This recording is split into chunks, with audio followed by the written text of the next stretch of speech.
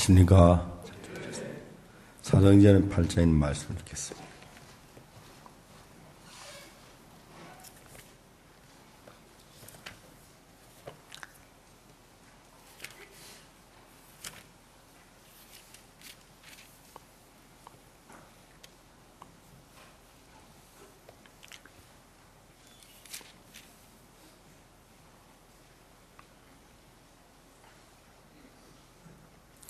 (8장) 26절 말씀 드리겠습니다.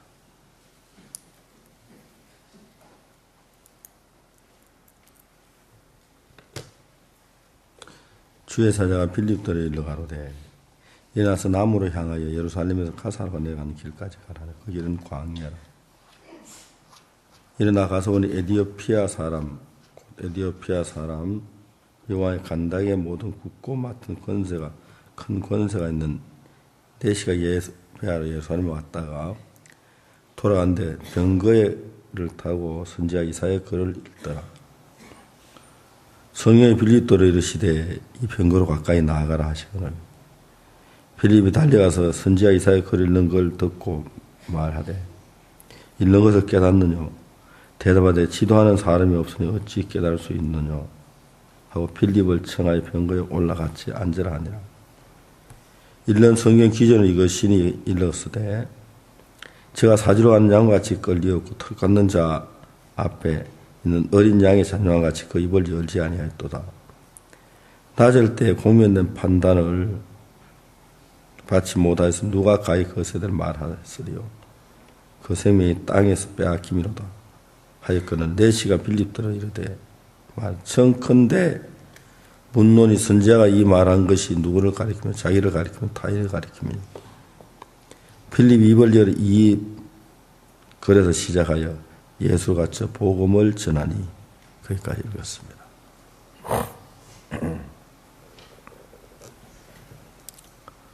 (1968년도) 군에서 제대했습니다.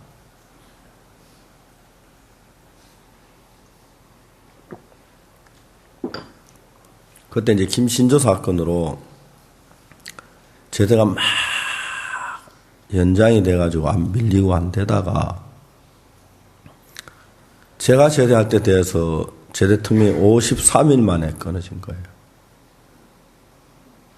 대한민국 생기 53일자 특명이 난 날이 없었는데 다른 사람보다 약 2달 정도 일찍 제대가 되는 거예요. 53일에 일찍 제대. 또 53일 만에 하루 만에 걸렸으니까. 우리 부대에서는 나를 보고 제 별명이 억세게 재수 좋은 사나이였는데 주변 사람 처음 보고 하는 말이 저놈은 제대할 때까지 재수 좋다고. 제가 6월 8일 날 제대를 해서 그해 제가 어린 여름 전도팀을 마련해서 우리가 이제 5개 교회에 다니면서 우리가 알고 있는 교회에서 이제 집회를 했어요.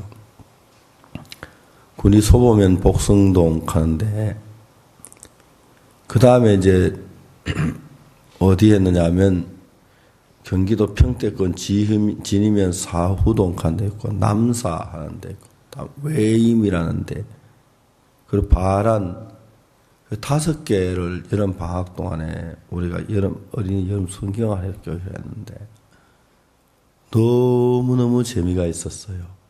많은 학생들이 구원을 받고 교사들이 구원을 받고 그 이듬해는 좀 잘하고 싶어서 성리생활이라고 하는 기독교 잡지가 있는데 그 잡지 대부분 목사님들이 보는 잡지인데 목사님들이 설교 제목을 구하느라 굉장히 어려움을 많이 겪는 편인데 성리생활식지의 그 잡지가 목사님 설교하기 참 좋은 거라서 그 당시에 우리나라의 성리생활을 보는 목사님 한 8,000명쯤 됐어요. 제가 그 총무를 잘 알아가지고 총무한테 가서 어린이 전도할 테니까 광고를 좀 내달라 그러니까 이 총무이 무료로 우리 광고를 잘 내주었어요. 그래서 25개 교회에서 어린 여름 성경학교 강사를 보내달라고 연락이 왔어요. 그래서 제가 이제 어린 전도 강사들을 모집했어요. 그 젊은 청년들이 한 20명이 왔는데, 그때부터 하나님이 저를 도우시는데 20명이 잠잘 자리도 없고 밥 먹을 자리도 없고, 특히 남자 여자 이제 젊은 청년들인데,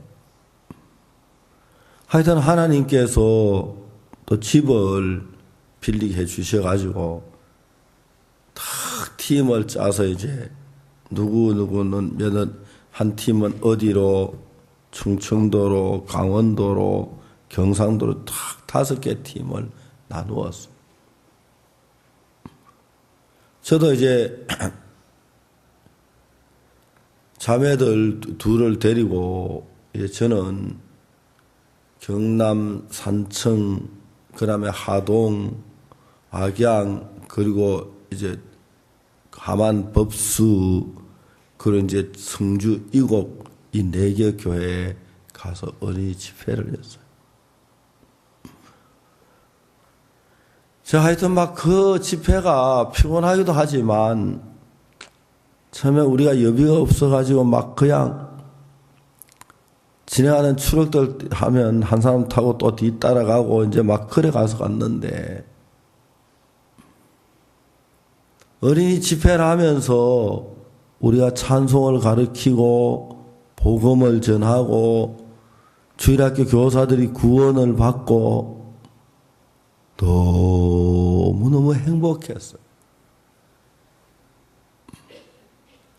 그 뒤에 이제 여름이 잘 겨울이 됐는데, 그쪽 집회했던 교회에서 우리를 보고 겨울 부흥회를 인도해 달라는 거예요. 저 그때 23살이었는데 부흥 강사가 됐어요. 잊어지지가 않는 거라요. 보은 장로교회, 다음에 저 산청 생초교회, 그리고 또 진천 감리교회, 이런 교회들 집회하는데, 일주일 동안 집회하는데 그 교회 교인들이 전부 구원을 받는 거예요. 막 그 집회를 하고 오면 저 마음이 막 충만해지는 거예요.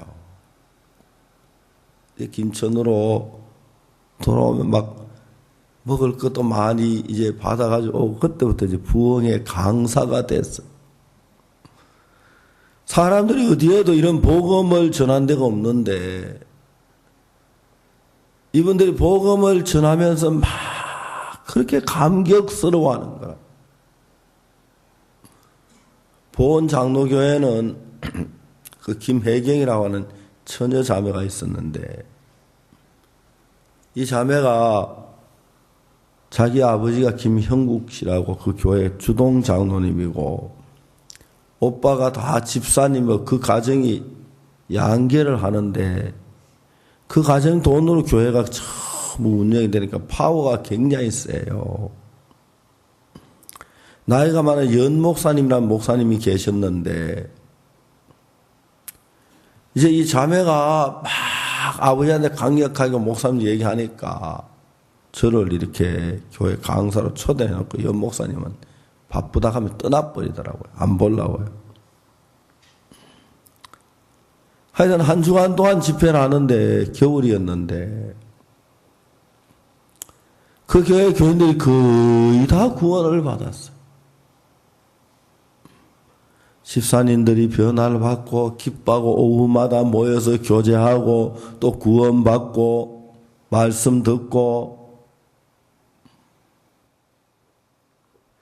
저 막 그때가 내 생애 가운데 제일 행복했던 때 같아요.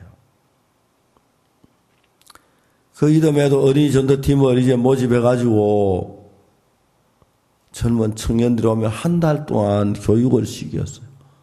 음악하는 것, 그 다음에 뭐 공작하는 것, 그리고 이제 그 개인 교제하는 것, 해마다 약 10,000명의 어린이들이 구원을 받더라고요. 그리고 200명 되는 주일학교 교사들이 구원을 받아서 너무너무 행복했어요. 돈이 하나도 없지만 갈 때 막 굶고 가고 여비가 없어서 트럭 손들어 타고 가고 그래 갔는데 올 때는 막 충만한 거예요. 우리가 김천에 있는 동안에 우린 너무너무 행복했어요. 사실 먹을 게 없고 입을 게 없고 막 아주 먹는 게 김천에서 우리가 제일 가난하다고 생각을 했어요. 근데도 하나님이 시시때때로 먹을 걸 주시면 입을 것이고 너무 감사했어요. 그냥 주님 안에서 하고 싶은 대로 하는 거예요. 어린이들 수양회를 해요. 수양회 장소가 전혀 없는데 사람들을 불러 모아가 연락을 하면 어린이들이 막 200명, 300명씩 모이는 거예요. 그래서 김천에 있는 직치사 그쪽에 과원도 빌려가지고 하고 또 일반 교회도 빌려서 하고 막 수양회를 하고 저녁에 잠자리로 돌아올 때 막 하루 지치는데 더운 여름에 그렇게 행복한 거예요. 세상에 복음을 전하는 것보다 행복한 일이 하나도 없는 거예요. 그야 이제 막 모자란 게 있으면 엎드려 기도하고 교재 같은 거 이제 신청해 놓고 사셔야 할 돈이 없고 막 그런데 어느 날 어느 자매들이 가서 그걸 알고 찾아가지고 막 악곡돈을 들어오는데 너무 기뻤고 감사했고 그 말들을 표현할 수 없었어요.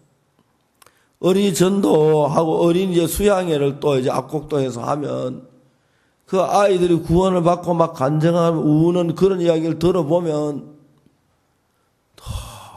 너무너무 행복한 거예요. 내가 뭘 하려고 하지 않았는데 하나님이 나에게 계획을 두고 저 사람의 생명을 구원하길 기뻐하셔서 내 속에 일한다는 걸 생각할 때 너무 감사한 거예요. 그날부터 여러분 제가 복음 전하는 게 이렇게 행복하구나. 내가 한평생 복음을 전하다 죽어야겠다. 그날부터 50년이 지난 지금까지 복음을 전하면 막 힘이 나는 거예요. 복음을 전하면 막 먹을 게 생기고 복음을 전하면 옷이 생기고 그냥 복음을 전했어요. 처음에 김천 삶에 도배하려고 한번 했다가 그 다음에 바빠 도배도 못하고 어느 날 16, 17 된 그 자매 둘이 오더니 성경 공부를 하고 싶다요. 성경 공부를 다 가르쳐 줬어요.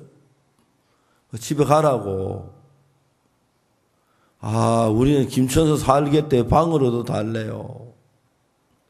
너 엄마 아버지한테 난리나. 우리 엄마 아버지 다 허락 받았대요. 그 처녀 자매 둘이서 이제 방을 얻어가지고 밤새도록 홀치기를 해요. 우리가 예배를 마치고 이제 집에 가다 보면 그 집에 이제 조그만 창이 있는데 창으로 보면 자매들이 막 밤새도록 거의 새벽 몇 시까지 홀치기를 해요. 홀치랑 했는데 그때 상당히 숲이 좋았어요. 이 자매들은 라면 먹으면서 그 돈을 다 우리 복음 전한 데 쓰라고 가져오는 거예요. 자매 너희 나이가 17, 16 어린데도 너무 귀한 거예요. 그들은 자기를 위해 살지 않았어요. 그냥 밤새도록 하고 젊으니까 잠도 잘 안 자서 새벽에 와서 예배 참석하고 성경 공부 다 참석하고 그 자매들이 성경을 배우니까 너무 성경의 실력이 늘어가는 거예요. 그럼 늘 홀치기 하면서 성경 틀어놓고 홀치기 하고 너무너무 고맙고 아름다웠어. 한번 우리 집 사람이 그 회사나로 서울 갔는데 자매들이 우리 집에 와서 김치를 담아놨어. 고마워서 보니까 김치가 어떻게 담았나도 이해가 안 가는데 김치가 썩어가고 있어. 한쪽은 시퍼리 살아있고. 우리 집 사람한테 얘기했더니 우리 사람 죽는다고 웃더라고요. 김치는 소금에 절여야 하는데 그냥 갖다 이렇게 막 담아놨다. 그래도 우린 참 재미가 있었어요. 없는 게 많고 굶을 때가 많아도 모임에 막 간정이 넘치고 웃고 그동안에 김천교회 형제자매들이 한 10명쯤, 20명쯤, 30명쯤, 한 40명쯤 늘어나니까 형제자매들하고 사는 그 삶이 너무 행복했어요. 형제들이 새벽에 일어나 동태 장사하고 새벽에 자전거 타고 다니면 약간 몰고 채소 이제 떼다가 시장 채소 장사하고 그 장사를 해도 형제들이 너무 행복해 하는 거예요. 사실 김천에 살 때 우리는 가난했지만 대한민국에서 그렇게 행복할 수가 없었어요. 우리가 무슨 일을 하든지 하나님이 길을 열어주고 역사를 하시는 거예요. 그래서 제가 느끼기로 하나님이 우리가 복음 전하는 걸 참 기뻐하신다는 마음이 들었어요.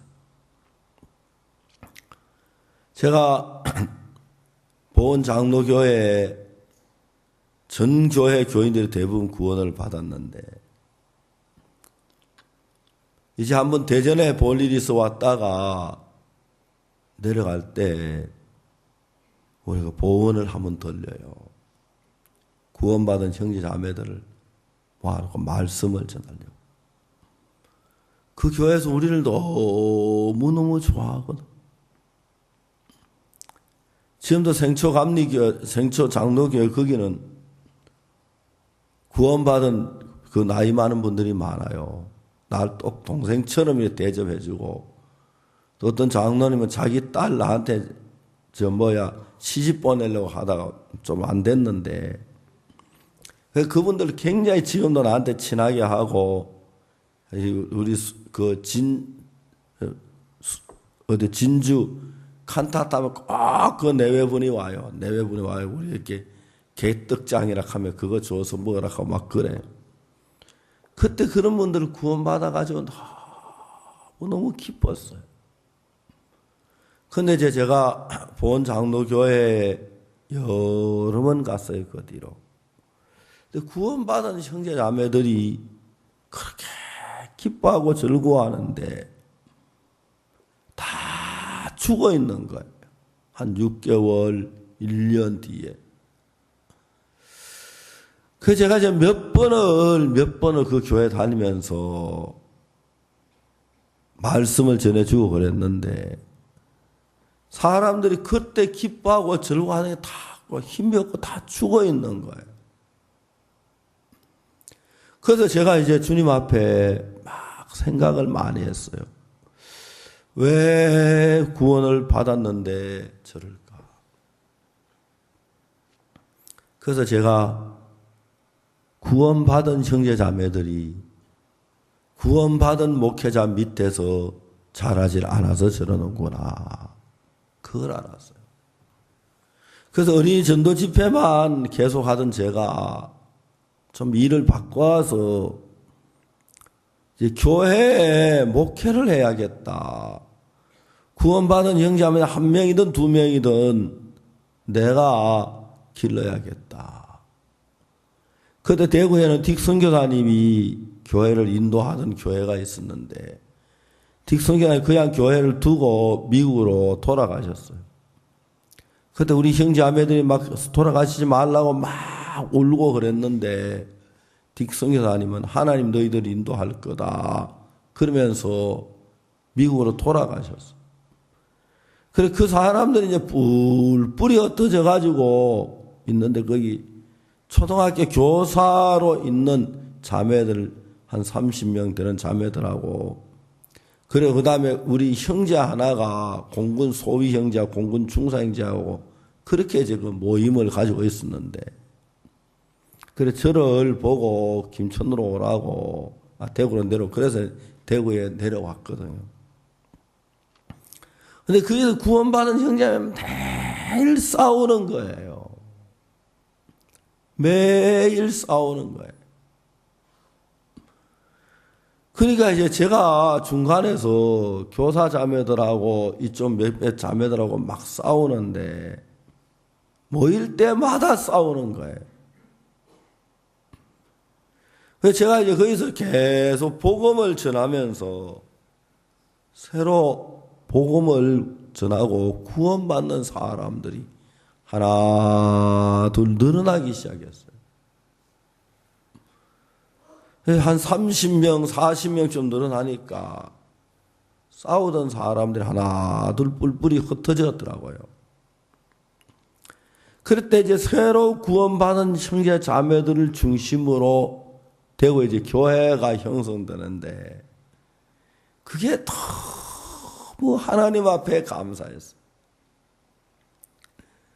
처음에 이제 우리가 대명동에서 시작했다가 파동으로 이사를 해서 파동에서 74년도에 제가 이제 아들을 낳고 76년도에 74년부터 76년도까지 그때 성도들이 30명 됐기 때문에 별로 이제 뭐 신방하고 할 일이 많지 않아 가지고 한 2년 동안은 성경을 거의 매일 읽었어요.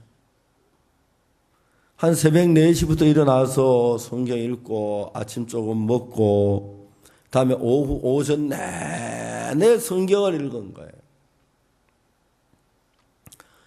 제가 파동에 있으면 성경을 읽는 동안에 너무너무 행복한 것이 그땐 주로 창세기, 출애굽기, 레위기, 민수기, 신명기, 모세 5경을 읽었는데 옛날에 그 창세기, 출애굽기, 레위기, 민수기, 신명기, 모세 5경이 뭐 별로 좋은 줄 몰랐는데 그때 창세기, 출애굽기, 레위기, 민수기, 신명기가 막 내 마음에 막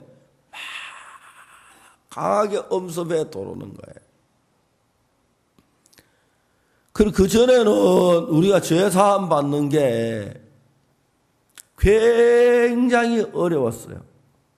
그 요한복음 5장 24절, 요한복음 3장 16절, 요한복음 1장 12절 이제 그런 성경을 펴서 복음을 전하니까 우리 교회에 나오는 형제 자매들 가족들이 1년 가도 교회를 나오면 1년 가도 구원받는 사람들이 없는 거예요.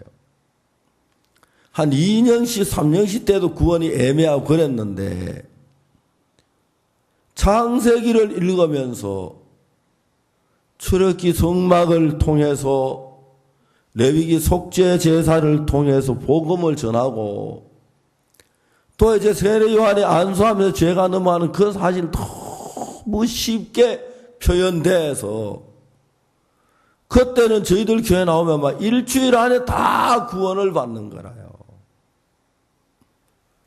구원받는 사람들이 굉장히 많이 늘어나기 시작하는 거예요. 파동에 있으면서. 그리고 이제 조폐공사의 직원들이 구원을 받아서 한 30여 명 저희 파동까지 교회 오고 조폐공사 또 젊은 자매들이 조폐공사에 있으니까 물질적으로 여유가 있으니까 교회 물질적으로 뒷받침도 많이 하고 너무너무 행복했고 또 젊은 처녀들이니까 말씀도 잘 이해하고 교회가 막 너무너무 행복한 거예요. 우리가 76년도에 처음으로 선교학교를 시작했어요. 제가 선교학교를 하려고 하는 마음이 없었는데 어느 날 기도하는데 하나님이 날 보고 선교학교를 하라고 그래요. 제가 하나님이 제가 무슨 선교학교를 합니까? 제가 무슨 선교학교를 합니까? 근데 이제 하나님이 제 마음에 자꾸 선교학교를 하라는 마음을 줘요. 하나님이 저는 못합니다. 제가 어떻게 합니까? 제가 같은 데 어떻게 학교를 합니까? 그래 하나님이 조용해서 하나님이 잊어버렸는가 보다 잘 됐다 그랬는데 한 6개월 지나면 또 기도할 때 하나님이 그런 마음을 이렇게 해서 하나님 잃어버지도 안 했어요. 아이 저 못합니다 하나님. 그래도 하나님이 조용하게 계세요. 그다음 몇 달이면 또 이제 기도할 때 막 그런 마음을 일으키시는 거예요. 그래서 서울에 우리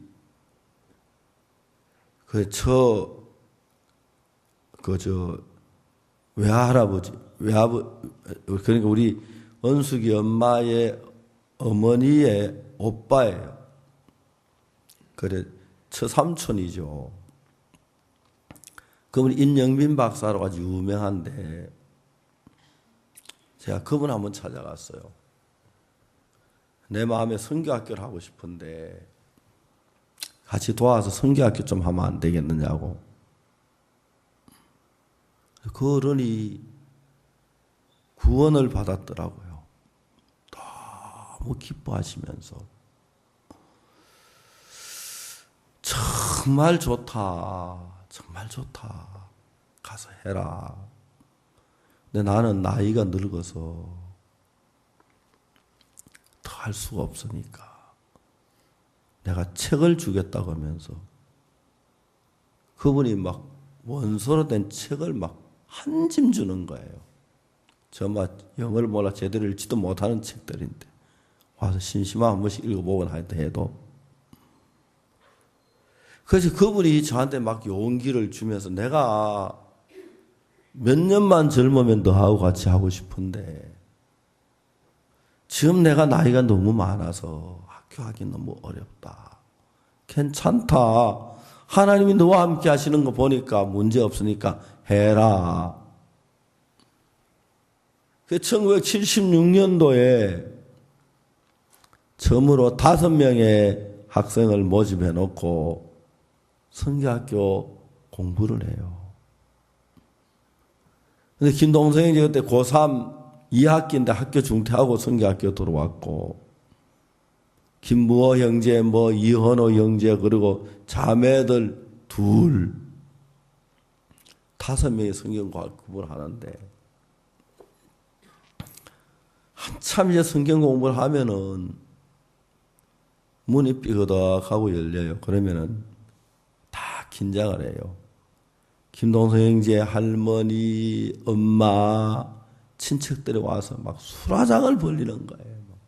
김동성의 두드를 패고 막 머리를 지받고 또 그래 또 가면 좀 있다가 이제 김무호 형제 집에서 와서 그 선교학교라고 해서 뭐 좀 학교가 예배당 구석방에 아이들 한 4-5명 앉혀놓고 새파란 젊은 것들이 하니까 누가 봐도 기가 막히는 거예요.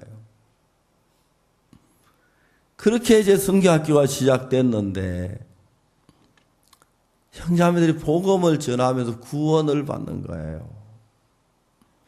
이 선교학생들이 복음 중에 구원받는 걸 보면 너무너무 아름다운 거예요.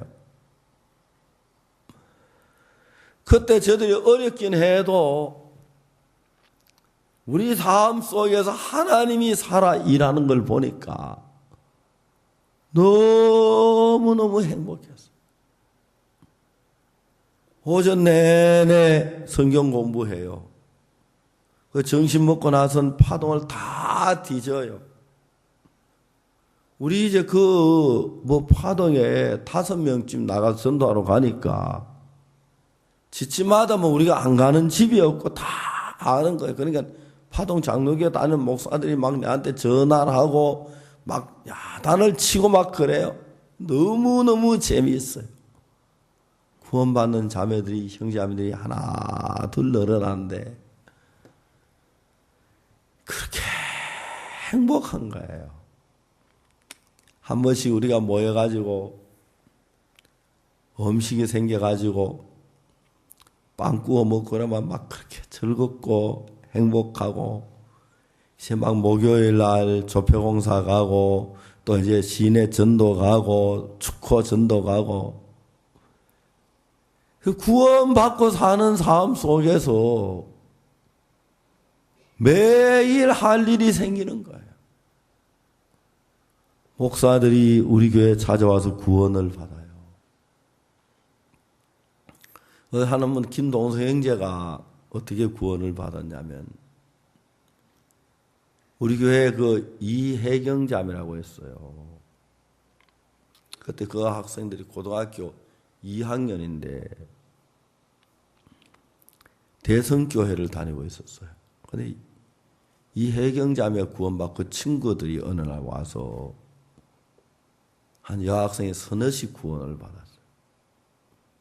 그래 우리 교회에 여고생이 한 서너씩 있으니까 굉장히 좋은 거 얘들이 와서 청소도 하고 교회 봉사도 하고 거의 대부분 청소하고 뭐 그리고 아이들도 돌보고 우리 은숙이도 안아주고 어느 날 그 여학생들이 자기 교회에 나온 학생의 회장이라 하면서 머리 빡빡 깎은 학생 하나를 데려와서 이름이 김동성이었는데 학생이 교회에 나갔는데 학생이 회장이래요. 그래서 그날 이제 구원 받았냐 물어보니 구원을 받았다 하더라고요. 나 김동성 형제가 학생의 회장인데 구원 안 받았다 하면 그럴 것 같아서 구원 안 받은 구원 받았다 하더라고요. 그날 복음을 전했어요. 이 김동성 형제가 어떤 일이 있었냐면은 자전거를 타고 경산에 놀러를 갔어요. 친구들하고요. 자전거를 타고 경산 놀러 갔다 돌아오니까 아버지가 기가 좀 어두우신데 아버지가 기차 철길을 건너가시다 기차 소리를 못 들으셨어요. 그 차가 없는 걸 보고 지나갔는데 기차하고 부딪혔어요. 기차가 막 기적없어 못 들으셨어요. 그 세상을 떠나셨어요. 그러는 날 어머니가 김동성 형제를 밤에 자는데 깨우시더니 이제 어머니가 재혼을 해서 친엄마가 아니에요. 근데 어머니가 김동성이 데리고 아버지 돌아가신 그 자리에 가서 스님하고 불공을 드리고 대진 사람들은 밤중에 갔어요. 불상 앞에 절을 해야 하는데 김동성이 학교 다니고 학교 학생인데 교회 다니니까 절을 하면 안 되잖아요. 난 교회 다닙니다. 절 안 합니다. 가는데 다 엄마하고 다 스님하고 엎드려 절하는 걸 보고 막 자기 어쩔 수 같이 절을 해버렸어요. 절을 하고 난 뒤에 우상에게 절했다는 그것 때문에 쉽게 말했다 양심에 굉장히 가책을 받아가지고 막 괴로워하는 거예요. 그래가지고 이 김동성 형제가 우리한테도 구원을 받았어요. 구원을 받고 가는데 학생 집이 어디예요? 하고 우리가 물었어요. 그래서 이 학생이 자기 집 가르쳐 주면 우리 찾아올까 봐 오기 싫어하는 눈치예요. 그걸 어디냐면 이렇게 비산 전도관 뒤라는 거예요. 아, 그런가 보다 하고 한 달 동안 교회를 안 나왔어요. 그래서 제가 그 김동성 학생 그랬더니 우리 그 이형제라는 형제가 목사님 그 김동성 형제 집 찾을 것 같다고 비산 전도관 뒤에 집 몇 채 안 된다고. 그래 우리가 찾아갔어요. 전도관 뒤에 집이 있는데 김동성 형제는 우리가 찾아오지 말라고 집 주소 가다가 그냥 비산 전도관 뒤라 하고 다시 물어가니까 막 얼굴 표정이 안 좋아서 안 물었거든요. 그리고 비산 전도관 뒤에 가보니 집이 2채인가 3채가 있는데 첫째 집에 들어가서 여기 김동성 학생이 있습니까? 물어보니까 김동성이라면 깜짝 놀라는 거예요. 그래 엄마가 예수 믿는 거 뭐라 하나 밖으로 나가자고. 그리고 밖에 나갔어요. 길가에 가루 밑에서 1시간 반 동안 성경 공부를 했어요. 그리고 기도회를 했어요.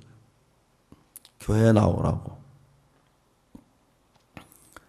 김동성 형제가 대성교회의 학생회 회장인데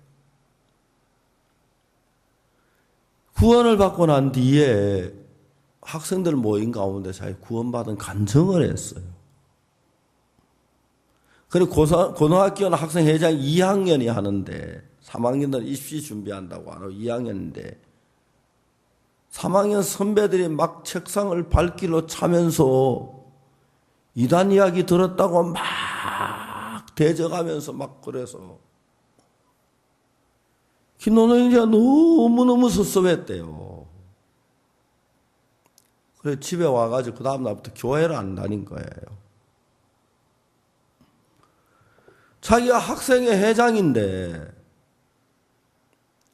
남학생들 여학생들 그렇게 많이 있는데 그래도 학생회 회장이 누구 하나 찾아올 줄 알았대요.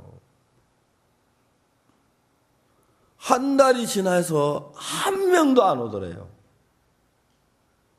자기가 혼자 교회 가기가 너무 쑥스러운 거예요. 교회가 막 그렇게 섭섭하더래요. 내가 학생회 회장인데 한 달을 교회를 안 나왔는데 나를 이렇게 따돌리냐. 근데 우리가 찾아간 거예요.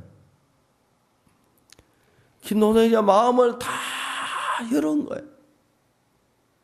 이 교회는 내가 못 찾아오므로 일부러 집을 자세한 건 전도관 뒤라 그러는데 비산 전도관 뒤 어딘데 막막한데 일부러 찾아와서 길가에서 교제해주고 기도해주고 야 여기가 참 교회다. 그러면 그때부터 우리 교회를 아주 쉽게 분리해서 나왔어요. 김동선 형제라는 교회에 나오면서 학생들이 하나 둘 늘어나는 거예요. 제가 이렇게 교회를 하면서 이거 진짜 전도 내가 하는 게 아니다. 하나님이 하나 둘이 끌어주는데 정말 주님 앞에 감사한 거예요. 그냥 파도 있는 사람들 하나 둘 구원을 받고 시내에 있는 형제자매들이 하나 둘 데리고 오고 그래서 우리가 파동에 있다 내당동으로 이사를 갔어요. 내당동 이사는 실제 막 어때요? 술집 골목으로 이사를 갔어요. 낮에 모르고 예배하는데 조용했는데 밤 되니까 그냥 식당 그러고 문을 닫아놔서 그냥 식당인 줄 알았는데 전부 술집이더라고요. 예배당 아래층도 술집이고 저녁 때만 막 아가씨들이 야한 화장을 하고 막 치마 저고리 입고 예배당 돈 입구에 줄을 서가지고 끌어당기는데 형제자매들이 잘못하면 다 글로 끌려가겠더라고요. 거의 우리 있으면서 우리가 막 너무 괴로웠거든. 술집 앞에 있는 것이. 그러면 사람들이 막 지나면 말 세다. 아래층은 술집 2층은 교회하고 그 다음에 뭐 아래층은 두만강 찾고 2층은 요단강 찾는다 하고 막 그 저희들이 정말 그래서 우리 형제자매들 마음속에 술집 2층에 있으면서 무슨 마음이 드냐면 우리도 예배당을 사자. 그렇게 이제 이야기가 나왔어요.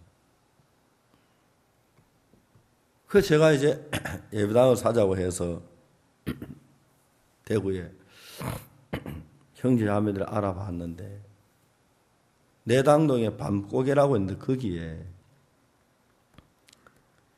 뭐가 있느냐 하면 예배당 하나가 있는데, 예배당이 간의 공장으로 쓰는 건데 한 50평쯤 되는 예배당인데 아주 허술한데 수레가 있으면 괜찮겠다 싶어 이제 그걸 사기로 마음을 먹었어요.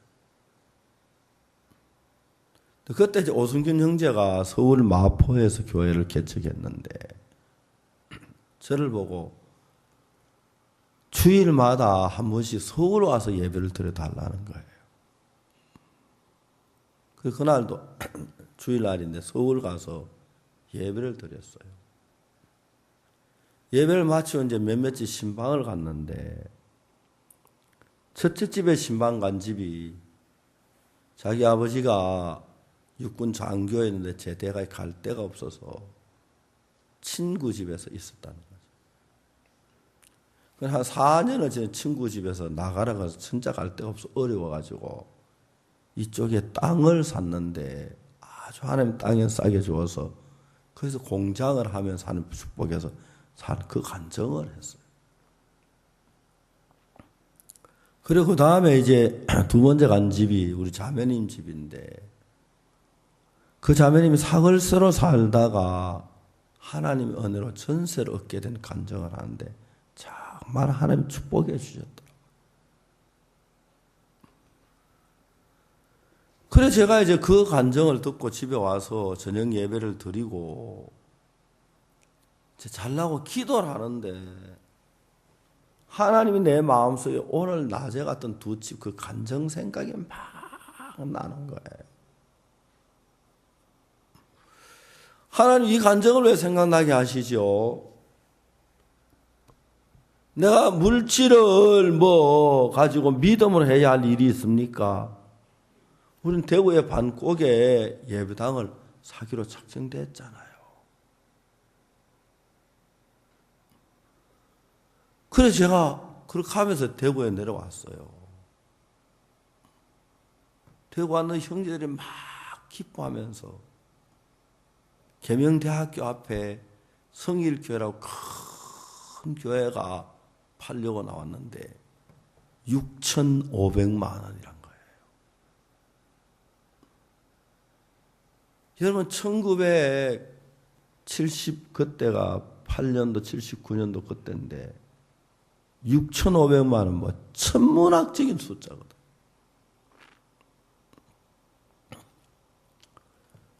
그래 저는 우리 교회 성도들 미쳤지.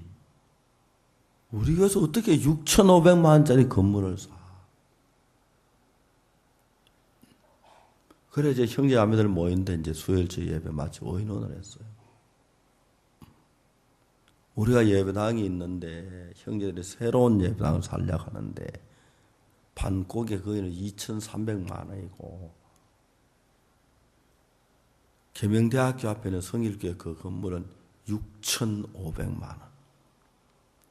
어느 거 했으면 좋겠느냐고. 저는 2,300만 원짜리 하고 싶은 거예요. 막 6,500 이게 막 돈이 감당이 안 돼요. 그리고 형제자매들이 전부 다 6,500만 원짜리 하자는 거예요. 나 형제들이 정신이 있어 싶고 나도 그러다 안 되면 저들은 교회 안 나오면 그만이지만 나는 어쩌라고 막 그런 시험이 드는 거예요. 전 진짜 6,500만 원 주고 살 마음이 없었어요. 믿음이 없었어요. 그 다음에 내가 생각을 했어요. 그래, 그 교회 가서 깎자. 안 팔락할 정도로 깎자. 그래가지고 팔락하면 사고 안 팔면 치우자. 그래서 형제들 한 서너 때리고 그 교회 갔어요. 우리 새파란 젊은 총각 같은 사람 셋이 갔고 그쪽에서 이제 나이 많은 널수룩한 장로님들이 있었어요. 제가 이제 그분들은 방에 앉았고 저 밖에 마당에 서서 여기 예배당 사는 것 때문에 왔다고. 들으라고. 별로 들어갈 것도 없다고. 내가 생각하기를 6,500만 원짜리를 얼마에 사작하면 안 팔락할까? 그 생각은 한 4,700만 원 정도 되면 안 팔락할 것 같아요. 그래서 이야기를 했어요. 우리 교회는 형편이 그래 안 돼서 예배당이 너무 좋다고. 근데 우리가 살 형편이 안 된다고. 우리가 계산하면 많이 장만해도 4,700만 원 장만하기 어려울 것 같다고. 4,700만 원에 팔려고 해도 어려운데 이쪽 교회 4,700만 원에 파시지는 않겠지 않습니까? 제 사기 어렵다고. 그래. 알고 그렇게 알고 제가 가보겠다. 그 목사님하고 장로님들이 아니 기왕 왔는데 들어와 커피라도 한잔하고 가시라고. 커피 얻어먹는 거야 나쁘지 않지. 지금도 이해하는 커피에다 뭘 탔는지 그분들의 이야기한 제가 다 홀렸어요. 그래 4,700만 원에 큰 소리 쳤는데 5,500만 원의 가격을 결정하여 내가 나온 거예요. 내가 예배당 문을 나오자 정신이 번쩍 드는 게 내가 미쳤지. 5,500만 원 왜 이렇게 계약을 했지? 근데 형제들 같이 갔던 형제 날 보고 야 목사님 흥정 너무 잘한다고. 그 예배당을 우리 같으면 그냥 한 5,500만 원쯤 이렇게 했다가 한 6천만 원 그래 깎아 올 줄 알았는데 4,500만 원 팍 쳐가지고 4,700만 원 쳐가지고 5,500만 원 사. 우리 목사님 흥정하면 너무 잘한다는 거야 형제들이. 나는 속으로 이 5,500만 원짜리 예배당 어떻게 사? 어떻게 사? 불가능. 우리 형제 아버지가 계약금을 그때 이년을 다 떨어서 350만 원을 냈어요. 형제 아버지한테 350만 원 띄었다. 너 교회에서 350만 원이 적은 돈이냐? 왜 이렇게 쓸데없는 나만 젊지만 그런 짓을 했느냐? 저는 봤어요. 그날부터 우리 형제자매들 돈 가져는 아무도 없는데 형제자매들이 물질을 가져오는데 꿈 같았어요. 그때 제일 큰 고액건이 10,000원짜리였는데 저 때마다 그 재정 맡은 형제가 007 가방에 돈이 가득 들어오는 거예요. 은혜 가져가면 우리가 막 최고의 고객이 됐어요. 그날부터. 그게 5,500만 원인데 5천만 원까지 채워지더라고요. 우리 모두 깜짝 놀랐어요. 근데 마지막 500만 원이 너무 잘 안 되는 거예요. 그리고 우리 교회 자매 아버지가 장로교 다니는데 그분이 돈을 이렇게 좀 주선해 줘서 빚을 내서 200만 원짜리 두 곳에 해서 그래가지고 하고 이제 나머지 100만 원. 그래 그 예배당 건물을 다 샀어요. 우리 그 예배당 살 때 실내 평수가 54평이었는데 얼마나 커 보이는지 끝이 안 보인다 그랬고 이 강대상 요거보다 좀 더 크거나 아마 그랬을 거예요. 그런데도 막 너무너무 좋은 거예요. 형제하면 그냥 예배당 바닥에 들어 누워 자고 막 그렇게 행복했어요. 그 예배당 사고 나니까 매일 사람들이 찾아와서 구원을 받는 거예요. 제가 지난 과거를 이렇게 돌아보면 나는 복음을 전할 줄도 몰랐는데 파동에서 창세기, 출애굽기, 레위기, 민수기, 신명기 이렇게 하면서 복음을 쫙 보여주어서 복음이 양 잡을 때 막 그 피가 양을 안수할 때 죄가 넘어가고 그런 이야기를 해 너무 사람들이 쉽게 구원을 받고 변하는 거예요. 형제자매들이 하나 둘 더해지고 그래서 이제 제가 84년도에 서울로 이제 옮겨왔었어요. 서울에 옮겨와서도 하나하나 되어지는 것 보면 내가 하는 게 아니에요.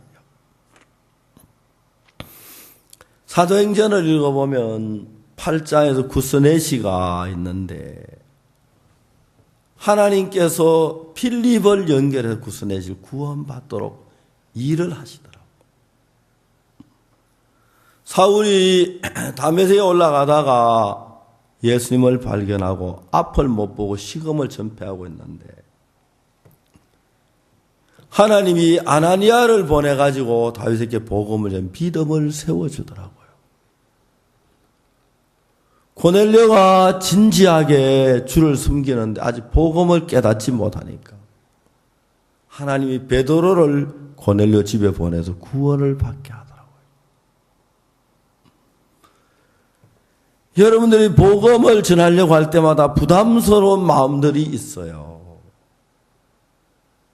싫어하는 마음들이 있어요. 근데 여러분 자세히 마음을 분석해 보면 1차적으로 부담스럽고 싫어하는 마음이 내 마음에 있어서 자꾸 복음 전하는 걸 피하고 싶은 마음이 있는데 마음을 자세히 분석해 보면 사단이 내 마음에 복음 전하는 부담을 피하게 하는데 그 다음에 하나님의 성령이 조용히 내 마음에 힘을 주면서 복음을 전하는 걸 기뻐해서 길을 열어주는 걸 느낄 수가 있어요. 그래 여러분 언뜻 보니까 사단의 음성만 들리고 성령의 음성이 안 들리기 때문에 못하는데 내가 복음을 전하는 부담스럽다, 어렵다, 귀찮다, 어떻게 전하지? 근데 이제 그런 이야기도, 그 이야기, 그냥 전하지 말자 하지 말고 조금 생각을 해보면, 분명히 하나님의 성령께서 내가 이 사람을 너에게 붙였어. 너는 그만 입만 벌리고 하고 싶은 대로 이야기만 해. 내가 구원시킬게. 그래서 제가 입을 벌리면, 내가 전혀 생각지도 않았던 생각이 떠오르고 말이 떠올라요. 그러면서 그분이 구원을 받아요. 그게 너무너무 신비한 거예요. 너무 신비한 거예요. 가나 대통령 영부인하고 복음을 들을 때 영부인이 제가 조금 마치고 차 한잔 하고 가시자고 권했는데 영분이 마치고 바로 나가시려고 하다가 한 10분 정도 시간이 있겠다고 하면서 들어오셨어요. 내가 영부인에게 무슨 할 이야기가 있습니까? 10분 동안 복음을 전하자. 제가 복음 이야기를 했어요. 이분이 너무 잘 듣는 거예요. 10분이 지났어요. 눈치를 봐가면서 계속 복음을 전했어요. 15분이 지났어요. 계속 복음을 전했어요. 한 20분 동안 복음을 전했어요. 구원을 받고 너무 기뻐하시는 거예요. 그들이 대통령이 몸이 위중한데 와서 기도해 줄 수 있겠느냐고. 예. 저한테 대통령하고 대화할 수 있는 시간 30분만 주십시오. 복음을 전해드리고 싶습니다. 대통령이 여기까지 오셔야 하느냐고. 아닙니다. 저희들이 가면 됩니다. 저 영부인이 저를 구원받고 그렇게 깍듯이 대하는 거 처음 봤어. 그 이튿날 차를 보낸다. 당신이 직접 오셔서 대통령 타는 차에 나를 타게 하시고 영부인 차에 당신 타게 하시고 경호원차 따로 세대 똑같은 세대 똑같이 타. 누가 봤으면 그 차에 대통령 탄 줄 알았을 거야. 대통령 구원 받으시고 난데 대통령 아주 불편하신데 일부러 영부인이 또 차를 타시고 다 우리 있는 데가 데리다가 고맙다고 인사하시고 그래 돌아가시고. 제가 복음을 전하다 보면 진짜 높고 낮은 사람들에게 복음을 전하면서 사람들이 구원을 받으면 너무 감사해요. 2000년도에 나환자촌에 복음을 전하면서 나환자촌에는 교회 목사님들만 한 10여 명이 구원을 받았어요. 그들이 구원받고 기뻐하는 거 얼마나 감사한지. 저는 복음을 전할 줄을 전혀 몰랐어요. 다만 주님께서 내가 복음 전할 기뻐하신다는 사실 하나를 알았어요. 여러분들이 복음을 전할 때 어떤 사람 만나면 부담스러운 사람도 있고 까다로운 사람도 있고 비웃는 사람도 있고 그래요. 근데 여러분들을 만나게 하는 그 사람이 물론 처음엔 비웃어갖고 막 구원 안 받는 경우도 있지만 하나님이 만나게 해주시고 마귀가 부담스러운 마음도 주지만 자세히 마음을 더듬어 보면 하나님께서 복음을 전하고자 하는 그 마음을 우리 속에 넣어주는 걸 분명히 느낄 수가 있어요. 구원을 받고 난 뒤에 그냥 복음을 전하세요. 하나님께서 이 땅에 구원받아야 할 사람이 너무 많기 때문에 그 사람이 복음을 전할 사람을 찾고 계세요. 그분들을 연결을 시키고 계세요. 지금도 성령으로. 여러분 그냥 구원받은 간증하고 어떻게 제사함 받는 그냥 단순하게 이야기를 하세요. 이야기를 한 10분, 20분 하다 보면 그 사람이 막 바쁘다고 나간 사람도 있고 안 들으는 사람도 있고 한데 여러분 간절히 조금씩 이야기하다 보면 그 사람 마음을 하나님이 끌어주는 걸 느낄 수 있어요. 여러분이 복음 전에 다 구원받는다고 생각하면 안 돼요. 민들레가 꽃을 피가 씨를 낙하산을 태워서 날리는데 그 씨가 다 민들레가 되면 지구가 민들레로 덮인대요. 거북이가 알을 나가 그게 다 거북이가 되면은 바다에 물이 있을 데가 없대요. 거북이로 다 찬대요. 하나님은 그래서 적당하게 민들레 씨 가운데 얼마는 죽고 얼마는 떠내려가고 얼마는 바람에 날려가고 그리고 얼마는 쌍나다 죽고 그래도 민들레가 계속 생존하는 것처럼 거북이가 아래에서 깨나와가지고 바다로 기어가는 수많은 거북이 공중의 새들이 쫓겨오고 그래도 바다에 여전히 거북이가 사는 것처럼 우리가 전도한 다 구원받지 않지만 우리가 전도한 다 구원을 받으면 3년 안에 지구 살면 다 구원을 받게 돼요.